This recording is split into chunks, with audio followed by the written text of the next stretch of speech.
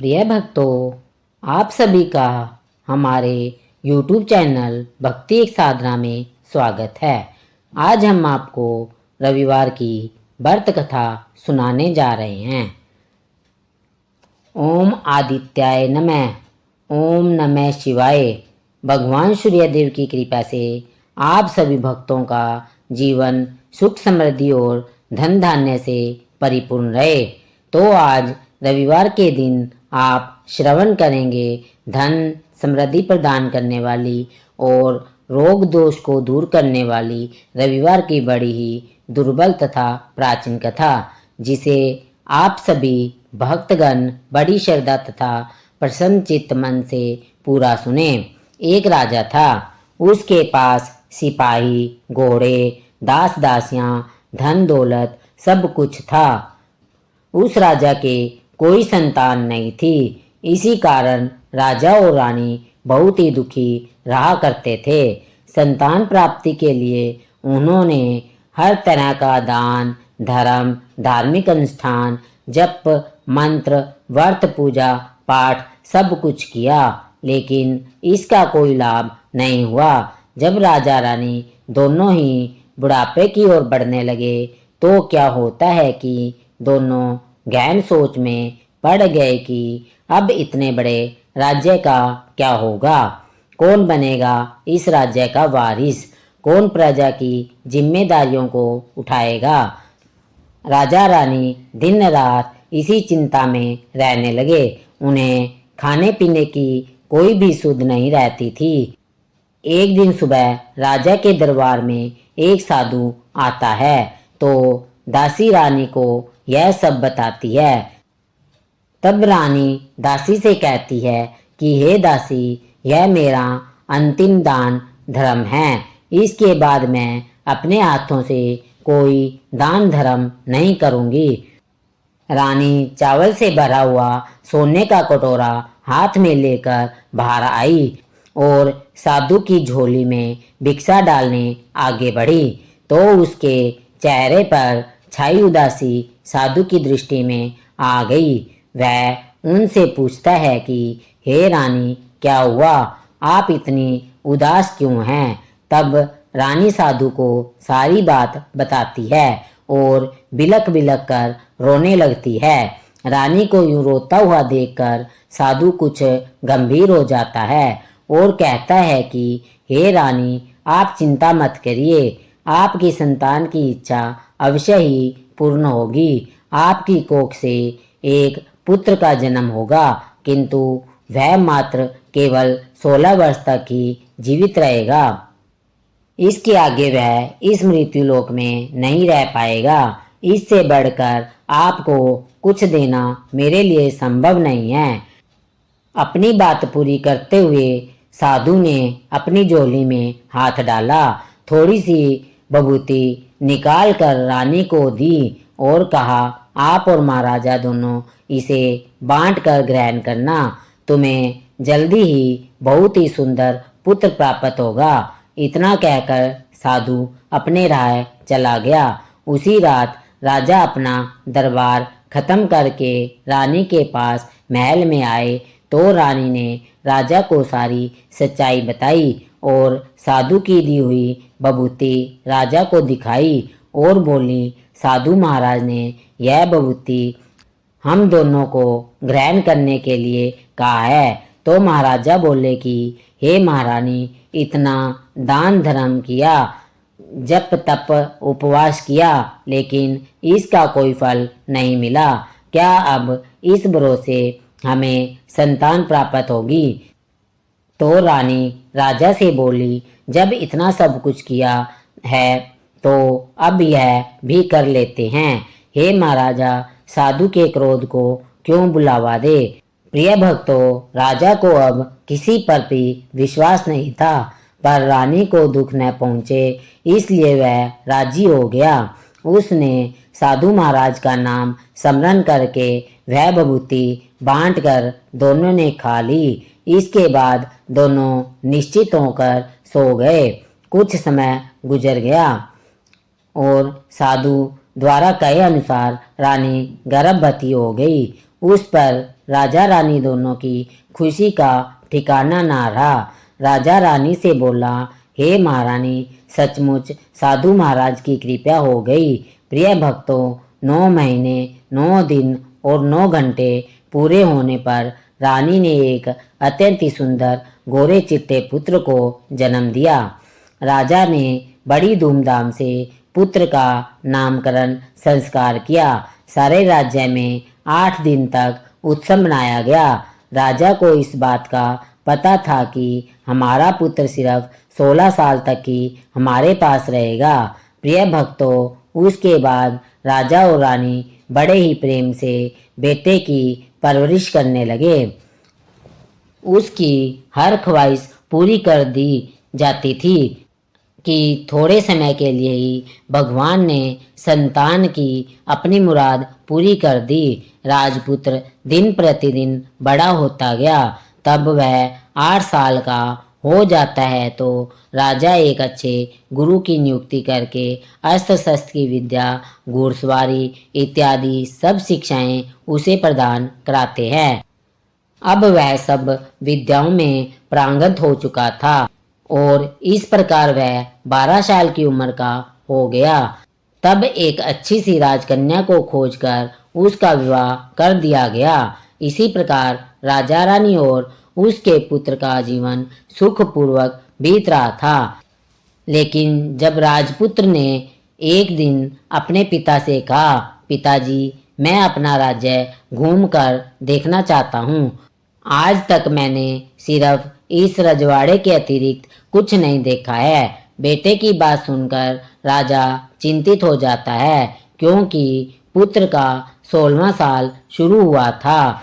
अब कोई अनहोनी होने का वक्त नज़दीक आ गया था। लेकिन राजा यह सब बातें पुत्र को नहीं बता सकता था। वह क्या करता, चेहरे पर झूठी मुस्कान लेकर बेटे से कहता है, हे पुत्र, जरूर तुम्हें अपने राज्य के बारे में जानना चाहिए। मेरे बाद तुम ही तो राजा बनोगे, अपना राजपाट संभालोगे। परंतु एक बात का ध्यान रखना कि तुम जहाँ भी जा रहे हो, क्या कर रहे हो, यह बात अपनी पत्नी को मत बताना। पुत्र कहता है, ठीक है पिताजी, आपने जो कहा मैं वैसा ही करूँगा। राजपुत्र दिन भर अपनी पत्नी के साथ मौज मस्ती करता, सुखी पूर्वक रहता और रात को ठीक 12 बजे बिस्तर से उठकर बाहर चला जाता और फिर सूर्य उदय होने से पहले वापस अपने महल में आकर सो जाता। ऐसा बहुत दिनों तक चलता रहा। अब राजपुत्र का 16वां साल खत्म होने में कुछ ही दिन बाकी रह गए थे। इतने में उसकी पत्नी यानी कि छोटी रानी रात में एक दिन जाग जाती है। वह देखती है कि बिस्तर पर राजकुमार नहीं है। वह महल में सब जगह देखती है तो राजपुत्र कहीं नजर नहीं आता है। अब वह सोचती है कि वह क्या करेगी, किस से कहे। वह चुपचाप रहती है। फिर भोर होने पर वह देखती है कि उसका पति अपनी जगह सोया हुआ है। वह पति से कुछ नहीं पूछती, लेकिन दूसरी रात भी वैसा ही होता है। तीसरी रात, चौथी रात, 5वीं रात, ऐसे बहुत दिन तक चलता रहा। छोटी रानी बहुत ही चिंतित हो जाती है। पति रात को कहाँ जाता है, किससे मिलने जाता है, उसके मन में ढेरों सवाल उठ रहे थे। लेकिन उसे पूछने में भय लग रहा था कि शायद उसका पति क्रोधित न हो जाए। सास ससुर से पूछने में भी वह बड़ा संकोच कर रही थी। उसकी कुल की मर्यादा बीच में आ जा रही थी। इस तरह छोटी रानी मन ही मन दुखित रहने लगी। इस हाल में उसने खाने पीने में दिलचस्पी नहीं रही। वह दुबली पतली हो जाती है। तो उसी राज्य में एक फूल बेचने वाली एक बूढ़ी महिला एक मालिन थी। वह हमेशा छोटी रानी को फूल देने उसके महल में आती थी। एक दिन उस बुढ़िया का ध्यान छोटी रानी पर जाता है। वह उससे पूछती है, हे बेटी, तुम्हें किस बात का दुख है? तुम इस तरह सूख कर कांटा क्यों हो गई? उस पर रानी कहने लगी कि हे बूढ़ी अम्मा, मैं आपको क्या बताऊं? इस राज्य का राजपुत्र मेरा पति अर्थात इस राज्य का राजपुत्र हर रात बिस्तर पर से उठकर कहीं चला जाता है और सुबह भोर होते ही वापस आकर सो जाता है। वह कहाँ जाता है? अपने प्रेमिका से मिलने जाता है, क्या करता है मुझे कुछ नहीं पता। यही सब सोच सोच कर मैं दुबली होती जा रही हूँ। मैं खाना पीना ग्रहण नहीं कर पाती। प्रिय भक्तों, वह बुढ़िया उसे एक उपाय बताती है। कहती है, बेटी ऐसा करना कि आज रात तुम सोना मत। तुम्हारा पति जब उठकर कहीं जाए तो उसके पीछे जाकर देखना कि वह कहाँ जाता है, क्या करता है। उसकी अच्छी तरह से पहरेदारी करना। छोटी रानी ने कहा, ए अम्मा, अब मुझे नींद आ गई। तो वह मालिन कहती है, देखो एक काम करना, अपने दाहिने हाथ की उंगली में एक जख्म लगा देना, उस पर थोड़ी सी मिर्च छिड़क देना, तुम्हें जलन के मारे नींद नहीं आएगी। प्रिय भक्तों, उस बुढ़िया के कहे अनुसार छोटी रानी ने अपनी उंगली में एक जख्म लगा लिया और उसमें मिर्ची लगा दी। जलन के मारे कुछ देर तक तो उसे नींद नहीं आई। बाद में वह सो जाती है। दूसरे दिन सुबह बुढ़िया फूल लेकर उसके महल में पहुंची और पूछती है, क्या हुआ बेटी? क्या तुम देख पाई कि तुम्हारा पति कहाँ जाता है? छोटी रानी कहती है कि नहीं अम्मा, पहले कुछ समय जलन के कारण मुझे नींद नहीं आई, पर कुछ देर के पश्चात मैं सो गई। बुढ़िया कहती है कि कोई बात नहीं, आज तुम उंगली पर पहले से ज़्यादा बड़ा जख्म करना और ज़्यादा मिर्ची लगाना। तो छोटी रानी ने वैसा ही किया, परंतु वह सिर्फ पति को बाहर निकलते हुए देख पाई। उसके पश्चात उसकी आंखें मूंद गई। उसके पश्चात उसको नींद आ गई। दूसरे दिन सुबह वह बुढ़िया फिर आती है। उससे पूछने से पहले ही छोटी रानी रोने लगती है और कहती है, अम्मा, आज भी उनकी पहरेदारी ठीक से नहीं कर पाई। बुढ़िया कहती है कि रो नहीं बेटी, अब सब कुछ ठीक हो जाएगा। तुम आज रात जख्म को और बड़ा करना, उस पर ज़्यादा मिर्ची लगाना और एक काम करना, जब वह जाने के लिए निकले तब उसका रास्ता रोक लेना। बुढ़िया ने जैसा बताया छोटी रानी ने वैसा ही किया। आज रात उसे नींद नहीं आई। पति जब रात को महल से निकलने लगता है तो छोटी रानी बुढ़िया के बताए अनुसार वैसा ही करती है। दौड़कर जाकर पति का रास्ता रोकती है और कहती है, आज कहाँ जा रहे हो? किससे मिलने जा रहे हो? मुझे बताओ। राजपुत्र उसे समझाने की बहुत कोशिश करता है कि देखो, अगर मैंने तुम्हें यह बात बता दी तो मैं तुम्हें दोबारा नहीं मिल पाऊंगा। छोटी रानी कहती है, कोई बात नहीं, ना मिल पाओ, लेकिन आप रात के समय कहाँ जाते हो यह मुझे बता दो।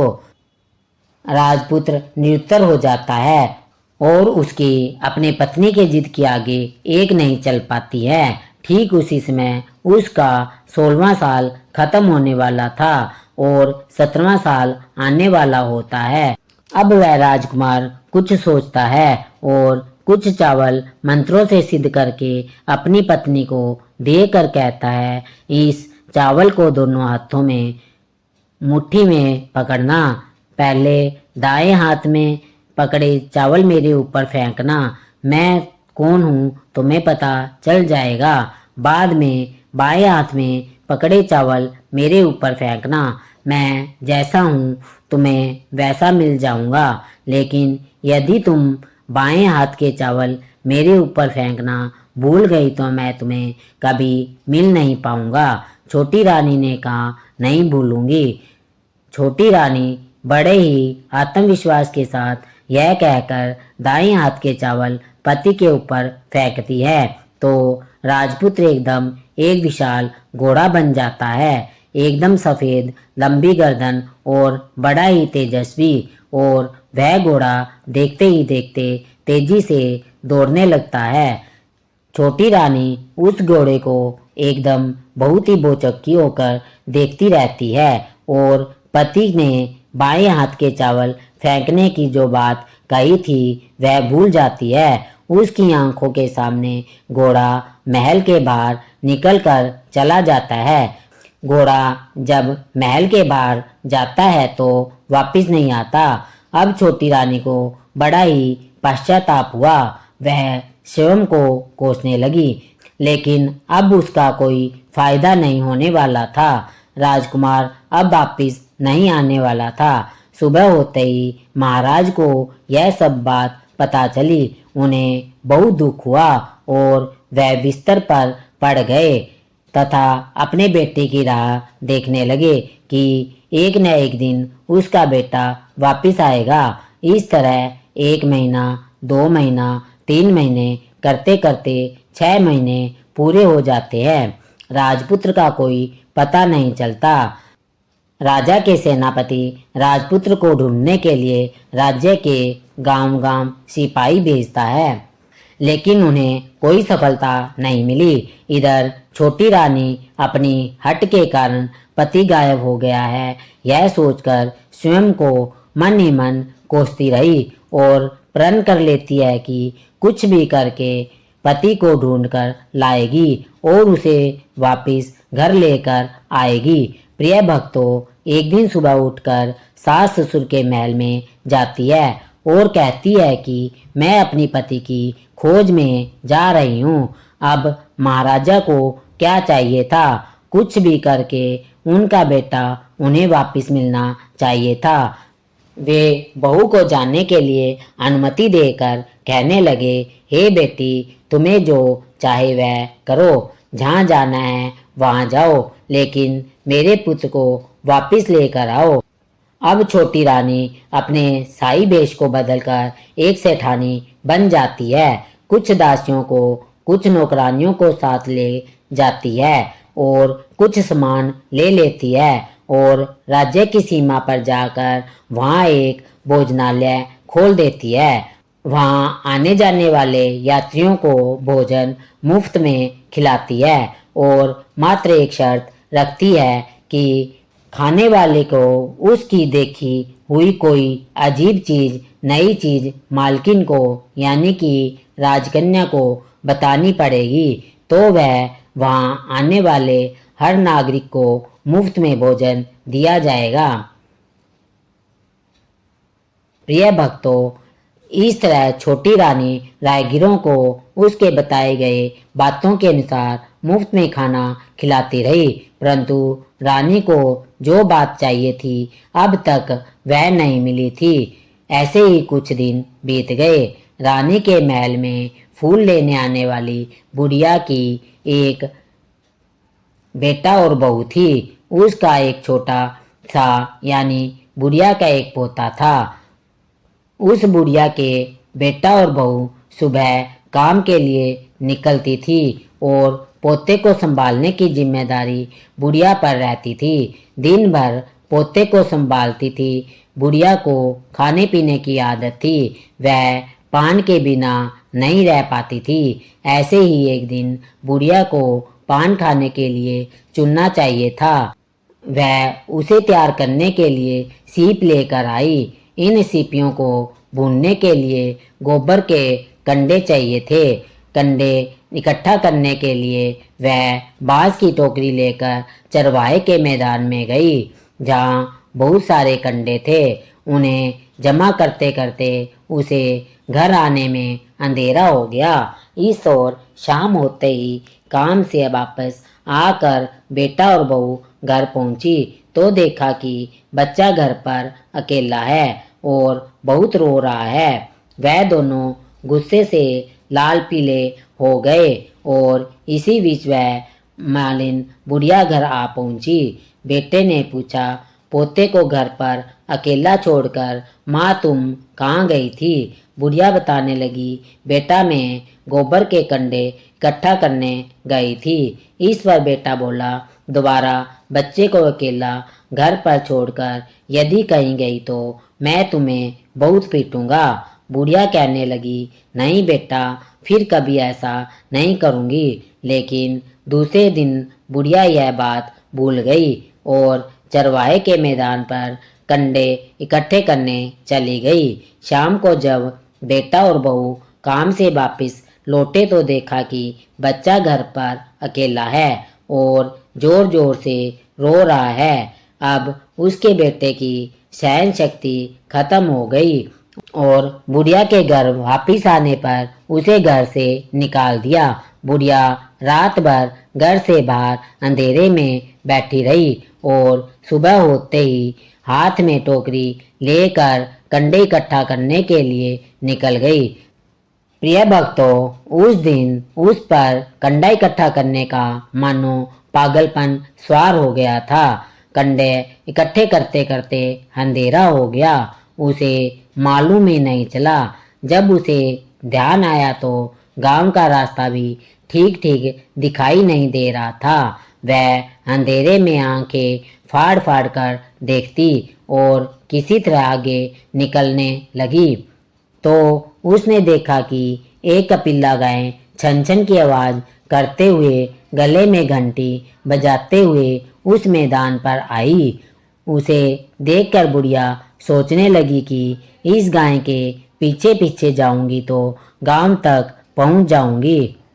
तब बुढ़िया उसके पीछे जाने लगी।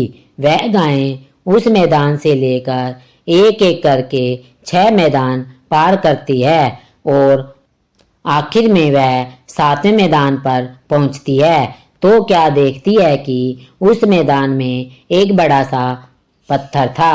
गाय जाकर उस पत्थर को अपने सींग से हटाती है। जब गाय ने सींग मारा तो वह पत्थर दूर हट गया और पाताल के नीचे जाने के लिए सीढ़ियां दिखाई देने लगी। तब वह गाय उन सीढ़ियों से नीचे जाने लगी। वह मालिन बुढ़िया यह सब देख रही थी और झट से गाय की पूंछ को पकड़ लिया। प्रिय भक्तों, वह गाय के साथ नीचे पाताल में पहुंच गई और तुरंत ही गाय की पूंछ छोड़ दी और इधर उधर देखने लगी। उसने देखा कि वहां बहुत सारे दीपक जल रहे हैं, तेज रोशनी है। जब उसकी नज़र गाय के ऊपर पड़ती है तो वहां एक अद्भुत घटना घटती है। गाय के गले में अपने आप साल पड़ गई। छमछम करके कोई दुआड़ी गाय का दूध धोने लगा, लेकिन कोई भी वहां नजर नहीं आ रहा था। बुढ़िया बहुत ही घबरा गई कि कहाँ आकर फंस गई। वह सोचने लगी और वहां छिपने के लिए एक जगह ढूंढने लगी, लेकिन उसे कहीं जगह नहीं मिली। हर जगह उजाला ही उजाला था तो वह एक कोने में खड़ी हो गई और जो कुछ सामने हो रहा था उसे चुपचाप देखने लगी। उसने देखा कि वहां एक उम्दा सफेद घोड़ा और 2 कुंड थे। उनमें से एक कुंड में एक घोड़े ने छलांग लगाई और ऊपर आ गया। उस घोड़े को अब राजपुत्र का रूप प्राप्त हो गया। उसने दूसरे कुंड के पानी में स्नान किया और वहां रखे नए कपड़े पहने और नजदीक ही एक सुंदर पलंग पर आ गया। उस पर आकर वह बैठ गया। उसके सामने 56 प्रकार के पकवानों से सजी एक थाली आई। दूध की एक प्याली आ गई, पान सुपारी आ गई। उसके सामने एक दिया जल रहा था। राजपुत्र ने खाना खाया, पानी पिया, पान सुपारी खाई और बिस्तर पर लेटने से पहले सूर्य भगवान का स्मरण करके सामने जलते हुए दीपक से पूछा, हे दीपक, मेरे माता पिता क्या कर रहे हैं? दिया बताने लगा, बेटे के शोक में डूबे हैं। उसने कहा कि राज्य कौन संभाल रहा है? तो उसने बोला कि राजमंत्री संभाल रहा है। उसने पूछा कि मेरी पत्नी क्या करती है, तो दिया बोला कि उसने चौराहे पर भोजनालय शुरू किया है और आते जाते लोगों से नई खबर के बारे में पूछती है। दिए से इतना कहते ही राजपुत्र कहने लगा, ठीक है। उसके बाद वह सो गया। बुढ़िया कोने में खड़ी हुई सब कुछ देख रही थी। ऐसी अद्भुत घटना उसने जीवन में पहली बार देखी थी। उसे अंदर ही अंदर बहुत ही कुलबुलाहट होने लगी। वह अपनी भूख प्यास भूल गई कि आगे क्या होगा। इस उत्सुकता से वह देखने लगी, लेकिन उसके बाद कुछ घटनाएं नहीं घटी। रात गुजर गई और सुबह हो गई। पलंग पर सोया हुआ राजपुत्र उठा और फिर से पहले वाले कुंड में छलांग लगाई। तो अब वह फिर से घोड़ा बनकर कुंड से बाहर आ गया। तेजी से उस पाताल नगरी से बाहर निकल गया, लेकिन कहाँ गया बुढ़िया को कुछ नहीं पता चला। इसके बाद पिछली रात की तरह कोई उस गाय को छम छम करके दूध दुहाने लगा। जैसे ही दूध दोना खत्म हुआ, उसके गले की साकर अपने आप खुल गई और वह गाय तेजी से ऊपर जाने लगी, सीढ़ियों की ओर भागने लगी। गाय को दौड़ता देखकर बुढ़िया सोचने लगी कि अब गाय के साथ यहाँ से ऊपर जाना ही समझदारी होगी, नहीं तो कोई मुसीबत आकर उसके ऊपर आ पड़ेगी। झट से उसने गाय की पूंछ पकड़ ली, गाय के साथ ऊपर आ गई। गाय जब मैदान में पहुंची तो उस सुरंग का रास्ता अपने आप बंद हो गया और उसके मुंह पर एक बड़ा सा पत्थर पहले की तरह खड़ा हो गया। ऊपर आकर वह गाय जंगल की ओर निकल गई। इधर वह बुढ़िया एकदम सी बावली हो गई। उसने पाताल नगरी में जो कुछ देखा था वह जल्दी जल्दी किसी को बताने के लिए बड़ी ही उतावली थी।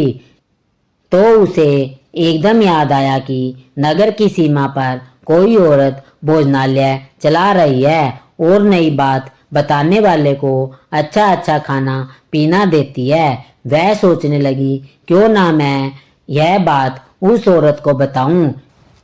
यदि उसे यह बात पसंद आई तो बाकी जीवन खाने पीने की झंझट से मुक्ति मिल जाएगी। बुढ़िया ने मन में तय किया और तुरंत भोजनालय के द्वार पर पहुंच गई, जहां द्वार पर टंगी नगाड़े के सामने खड़ी हो गई और जोर जोर से नगाड़ा बजाना शुरू कर दिया। नगाड़े का इस तरह शोर सुनकर मालकिन यानी छोटी रानी मन में प्रसन्न हो गई कि शायद कोई नई बात लेकर आया है। छोटी रानी सिपाहियों को आदेश देती है कि जाइए और कौन आया है उसकी अच्छी से खातिरदारी कीजिए। छोटी रानी का आदेश पाते ही सिपाही दौड़ते हुए गए और वहां एक बुढ़िया नगाड़ा बजा रही थी। उन्होंने पूछा, बुढ़िया माई क्या हुआ, नगाड़ा क्यों बजा रही हो? बुढ़िया बोली, कुछ नहीं बेटा, यहाँ खाना मिलता है ना, इसलिए आई हूँ। तो सिपाहियों ने कहा, माई खाना चाहिए, खाना तो मिलेगा, लेकिन तुम्हें कोई नई बात बतानी पड़ेगी। बुढ़िया ने कहा, हाँ बताऊंगी, एक बात मुझे मालूम है। इस पर सिपाही उसे अंदर लेकर आए और मालकिन के आदेश के अनुसार बहुत सेवा सत्कार किया। बड़ी से सुंदर थाली में सुंदर सुंदर पकवान व्यंजन परोसे गए। बुढ़िया बहुत दिनों से भूखी थी, वह खाने पर टूट पड़ी। खाना खाने के बाद सिपाही ने उसे एक नई साड़ी पहनने को दी। उसके बाद उसे लेकर रानी के पास गए। बुढ़िया और छोटी रानी ने तुरंत एक दूसरे को पहचान लिया। तब छोटी रानी ने बुढ़िया से कहा, अम्मा अब बताओ तुमने क्या नई बात देखी? बुढ़िया ने कहा, नई बात? मैंने कोई नई बात नहीं देखी। मेरे पास तो तुम्हें देने के लिए खाने के पैसे नहीं थे, इसलिए मैंने झूठ कहा और नगाड़ा बचाया। रानी ने कहा, अम्मा घबराना नहीं, मैं किसी को तुम्हारा नाम नहीं बताऊंगी। फिर भी बुढ़िया ने कहा, मेरे पास कोई नई बात नहीं है। इस पर रानी ने उससे कहा, देखो अम्मा, तुमने मुझे वह नई बात बताई तो जिंदगी भर तुम्हारी देखभाल मैं करूंगी, तुम्हें राजमाता की तरह रखूंगी। अब बुढ़िया बताने के लिए तैयार हो गई। उसने जो कुछ भी चारागाह वाले मैदान में देखा वह सब कुछ सच सच छोटी रानी को बता दिया। बुढ़िया की बातें सुनकर छोटी रानी को यकीन हो गया कि वह राजपूत उसी का पति है। वह तुरंत बुढ़िया से कहने लगी, हे अम्मा, मुझे उस जगह पर ले चलो। तब बुढ़िया बोली, नहीं बेटा, वह पाताल लोक है, वहाँ सांप आदि रहते हैं, तुम्हें देख लिया तो तुम्हारी जान खतरे में पड़ सकती है। लेकिन छोटी रानी उसकी एक भी बात नहीं सुनती है। उसे उस जगह ले जाने के लिए हट करने लगी। आखिर में बुढ़िया ने उसका कहना मान लिया और कहने लगी, ठीक है, मैं तुम्हें वहाँ ले जा सकती हूँ, पर आज नहीं, कल वहाँ जाना। दूसरे दिन दोपहर को रानी बुढ़िया के साथ उस मैदान पर गई और एक जगह पर छुप कर गाय के आने की राह देखने लगी। दिन ढलते ही अंधेरा घिरने लगा और गायें हमेशा की तरह वह मैदान में आ गई और उस कोने में जाकर उसने पत्थर पर सींग मारा। छत से पत्थर हट गया, सुरंग में जाने का रास्ता खुल गया। गायें उस रास्ते से नीचे उतरने लगी तो बुढ़िया छोटी रानी से कहने लगी कि हे बेटी, आगे बढ़ो, हम गाय की पूंछ पकड़कर नीचे उतरेंगे। तो दोनों गाय की पूंछ पकड़कर नीचे उतर गए। बुढ़िया पहले जिस कोने में छिपी थी उसी कोने में छिप गई। अब नीचे सब कुछ पहले जैसा घटित हो रहा था। गाय के गले में अपने आप साल पड़ गई। कोई अदृश्य शक्ति उसका दूध दोहने लगी। एक सफेद घोड़े ने आकर एक कुंड में छलांग लगाई तो राजपुत्र के रूप में ऊपर आया। वह राजपुत्र दूसरे कुंड में नहाने लगा। बाद में उसके सामने खाने की थाली आई, दूध की प्याली आई और पान का बेड़ा आ गया। राजपुत्र सब कुछ ग्रहण कर कर सोने के लिए पलंग पर चला गया। सोने से पहले सूर्यदेव का स्मरण करके वह दिए से पूछने लगा, दीपकर, मेरे माता पिता क्या कर रहे हैं? तो दिया कुछ जवाब नहीं देता, बल्कि वह बुझने लगा। तब राजपुत्र को कुछ घटित हुआ है इसका संदेह हो गया। वह उदास हो गया और जो कुछ हुआ है हो जाने दो, ऐसा सोचकर वह बिस्तर पर लेट गया। अब रानी का संयम टूट गया। वह दौड़कर अपने पति के पास आई। उसने पैर पकड़ने के लिए आगे बढ़ती है। तब राजपुत्र तुरंत ही पत्नी को पहचान गया और झट से पीछे हट गया। चिल्लाने लगा कि नहीं नहीं, मुझे मत छूना, सर्वनाश हो जाएगा। रानी दोनों हाथ जोड़कर पति से अपने भूल को स्वीकार करने लगी कि स्वामी, मुझसे भूल हो गई। मुझे आपसे नहीं पूछना चाहिए था कि आप रात को कहाँ जाते हो। मैं अपनी भूल स्वीकार करती हूँ। मुझे मेरी भूल की सजा मिल गई है। अब आप घर चलो। आपके वियोग में आपके माता पिता ने बिस्तर पकड़ लिया है। आपकी प्रजा बहुत दुखी है। इस पर राजपुत्र कहने लगा, वही तो, एक बार तुम गलती कर बैठी हो, अब दोबारा मत करना, नहीं तो मैं तुम्हें जो दिख रहा हूँ वह भी नहीं दिखाई दूंगा। रानी अब विलाप करने लगी, जोर जोर से जमीन पर सिर पटकने लगी। राजपुत्र के मन में उसके प्रति दया उत्पन्न हो गई। वह उससे कहने लगा, यदि तुम मुझे पाना चाहती हो तो तुम्हें एक काम करना होगा। काम कठिन है, लेकिन वह तुम्हें अकेले ही करना होगा।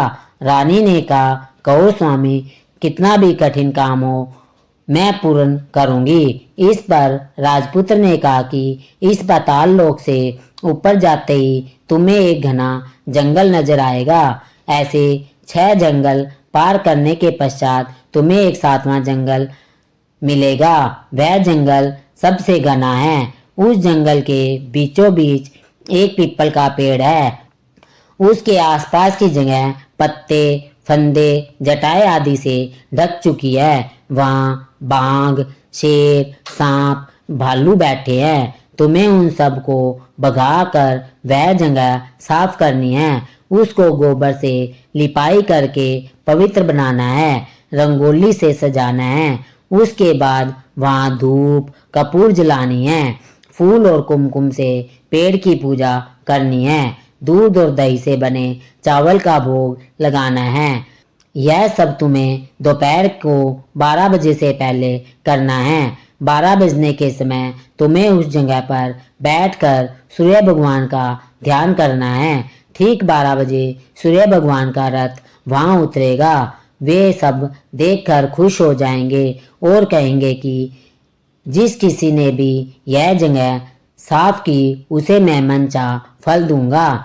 तो तुम सामने जाकर उसके रथ का दाहिना घोड़ा मांगना, मैं तुम्हें मिल जाऊंगा। इतनी बात कहकर राजपुत्र अपने पलंग पर सो गया। छोटी रानी रात भर वही रही और सुबह होते ही बुढ़िया के साथ गाय का पूंछ पकड़ के ऊपर आने के बाद बुढ़िया से कहने लगी, अम्मा अब मैं अकेले ही आगे जाऊंगी, तुम भोजनालय वापस जाओ।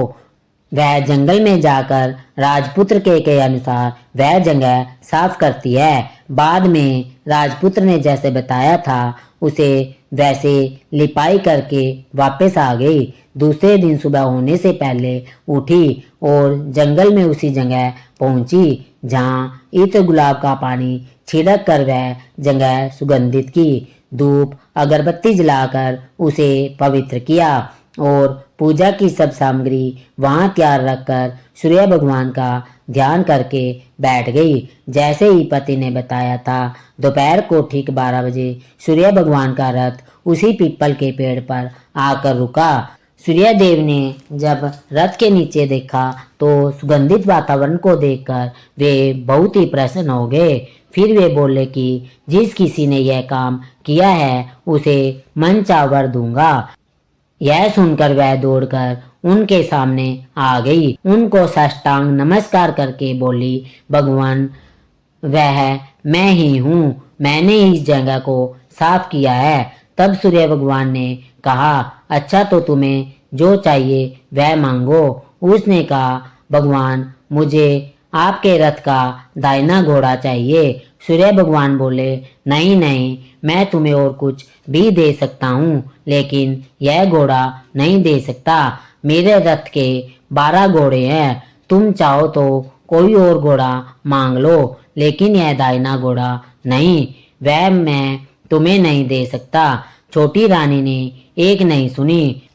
वह सूर्यदेव से एक ही बात की रट लगाती रही कि उसे दाहिना घोड़ा दे दीजिए, नहीं तो मैं आपके पैरों में गिरकर अपनी जान दे दूंगी। अब सूर्यदेव धर्म संकट में पड़ गए। उन्होंने वचन दे दिया था, अब वे अपने वचन से पलट नहीं सकते थे। तब सूर्यदेव बोले, मैंने तुम्हें घोड़ा दे दिया लेकिन घोड़ा तो दे दिया, वह तुम्हें वहां नहीं मिलेगा, तुम्हें उसे पाताल लोक में जाकर लाना होगा। रानी बोली, पाताल लोक में ही क्यों भगवान, मैं उन्हें पाने के लिए कहीं भी जा सकती हूँ। रानी को वचन देकर भगवान सूर्यदेव अंतर्ध्यान हो गए और अपने मार्ग पर चले गए। इधर रानी जंगल से अपने भोजनालय में गई, फिर बुढ़िया को साथ लेकर उस मैदान में गई और जल्दी ही शाम हो गई। शाम होते ही वहां एक गाय आई। उसने सिंह मारकर सुरंग का पत्थर हटाया, नीचे उतरने लगी। रानी और बुढ़िया जल्दी जल्दी उसकी पूंछ पकड़कर नीचे उतर गई। पाताल में सब घटनाएं पहले की तरह घटने लगी। घोड़े का एक कुंड में नहाकर राजपुत्र बन जाना, नहा धोकर पलंग पर जाकर बैठना, उसे खाने की थाली, दूध प्याली, पान का बेड़ा आना। लेकिन आज एक नई बात घटी। आज 2-2 थाली, 2-2 दूध की प्याली और 2-2 पान के बीड़े उसके सामने आए। वह कुछ नहीं बोला। उसने अपने हिस्से की थाली खाकर दूध पिया, पान का बीड़ा चबाकर वह सोने चला गया और हमेशा की तरह दिए से पूछने लगा, हे प्यारे दिए, दीपकर, मेरे माता पिता क्या कर रहे हैं? दिए ने बताया, हे राजपुत्र, वे दोनों तुम्हारे शोक में मरने की स्थिति में पहुंच गए हैं। ऐसा सुनकर उसकी आंखों से झरझर आंसू टपकने लगे। फिर वह पूछने लगा, हे दीपकर, मेरा राज्य कैसा चल रहा है? दिए ने कहा, राजपुत्र, तुम्हारा राज्य राजमंत्री चला रहा है और वह सब कुछ हड़प चुका है। वह प्रजा पर बहुत ही अत्याचार कर रहा है। यह सुनकर राजपुत्र को बड़ा ही क्रोध आया। वह क्रोध से तमतमा गया, अपनी मुट्ठी भीनने लगा। अब उसने दिए से पूछा, दीपकर, मेरी पत्नी क्या कर रही है? अब दिया कुछ नहीं बोला और चुप रह गया। तब फिर छोटी रानी का स्वयं जवाब दे गया। दौड़कर पति के गले लग गई और फूट फूट कर रोने लगी और कहने लगी, हे स्वामी, अब मुझे आप वचन दीजिए कि आप फिर से घोड़ा तो नहीं बनेंगे। तो उसने अपनी पत्नी को वचन दिया कि हे प्रिय, मैं दोबारा घोड़ा नहीं बनूंगा। तुमने तो इतने सारे कष्ट उठाए, मुझे पाने के लिए सूर्यदेव से तुमने सौदा किया और तुमने मुझे घोड़े के जन्म से मुक्ति दिलाई। उसके बाद दोनों पति पत्नी और वह बुढ़िया उस गाय के पूंछ पकड़कर पाताल लोक से सीधे बाहर आ गए। उसके बाद वे भोजनालय में पहुंचे और वहां सब सामान सब लोगों में बराबर बांट दिया और फिर उसके बाद वे अपने राज्य में लौट आए। राजपुत्र वापिस आ गया। यह देखकर और उसके तेवर देखकर प्रधानमंत्री घबरा जाता है। राजपूत ने उसे बंदी बनाने का आदेश दिया और उसे कैदखाने में डलवा दिया और राज्य की बागडोर अपने हाथ में ले ली। इसके बाद वह अपने माता पिता से मिलने के लिए महल में गया। तब राजपुत्र वहां पहुंचकर क्या देखता है कि उसके माता पिता उसके शोक में अस्थि पंजर बने हुए हैं। पुत्र को वापिस आया देखकर मन्नासन राजा रानी की आंखों से टप टप आंसू की धाराएं बहने लगी। उन दोनों ने पुत्र को गले लगा लिया और उसे बड़ा ही प्रेम किया। इतना होने के बाद उसकी सेहत में एकदम सुधार आने लगा। अब वे बिस्तर से उठकर बैठ गए, पुत्र को आशीर्वाद देने लगे। राजपुत्र के आने की खबर तुरंत राज्य में फैल गई। प्रजा खुशी के मारे फुल्ली नहीं समाई। प्रजाजन महल के सामने इकट्ठी हो गई। राजपुत्र ने भी उन्हें दर्शन दिए और आज से उन्हें कोई दुख ना पहुंचेगा, ऐसा उन्हें वचन दिया। अब राजा ने अपने पुत्र का राज्याभिषेक करके उसे सिंहासन पर बैठाया। प्रिय भक्तों, और अपनी बहू को महारानी का दर्जा दिया और स्वयं अपनी पत्नी के साथ ईश्वर स्मरण करते हुए खुशी से दिन व्यतीत करने लगा। महाराजा बना राजपुत्र अच्छी तरह से राज्य चलाने लगा। अपनी पत्नी के साथ सुख शांति से जीवन व्यतीत करने लगा। उस बुढ़िया को रानी ने अपने ही पास रखा, उसकी अच्छी तरह से देखभाल करने लगी। बुढ़िया के बुढ़ापे के दिन खुशी से गुजरने लगे। सारी प्रजा प्रेम से रहने लगी। तब राजपूत ने एक और घोषणा की, हे प्रिय प्रजाजनों, तुम मास के बाद सूर्य भगवान का व्रत करो। प्रत्येक रविवार को उन्हें प्रेम पूर्वक अर्घ्य दो, घर की लिपाई करो तथा अपने घर में सुख समृद्धि की कामना करो। इससे तुम्हारे घर में धन धान्य हो जाएगा, साथ में तुम सब रोगों से मुक्त रहोगे। सूर्य भगवान की यह रविवार व्रत कथा संपूर्ण है, तो बोलिए सूर्य भगवान की जय हो। आज से इस कथा कहानी को कहते सुनते ओंकारा भरने वाले सभी भक्तों को भगवान सूर्यदेव के आशीर्वाद से सुख समृद्धि शांति और आरोग्य का आशीर्वाद प्राप्त हो। ओम सूर्यदेवाय नमः। प्रिय भक्तों, उम्मीद करती हूँ कि आज की यह कथा आपको बहुत ही पसंद आई होगी। यदि आपको हमारे द्वारा सुनाई गई कथाएं पसंद आती है तो आप इसे अपने प्रियजनों में शेयर जरूर कीजिए और वीडियो को लाइक करके चैनल को सब्सक्राइब कर दीजिए और पास में बने बेल आइकन को भी अवश्य दबाइए ताकि हमारे आने वाले प्रत्येक नए वीडियो की जानकारी आप तक सबसे पहले पहुंच सके और आप उसमें बताई गई कथा कहानी और जानकारी का लाभ उठा सके। आपका जीवन सदा सुखी संपन्न एवं मंगलमय हो, इसी कामना के साथ आपसे विदा लेते हैं। मिलते हैं एक नई वीडियो में। धन्यवाद। बोल सूर्यदेव भगवान की जय हो, जय हो, जय हो।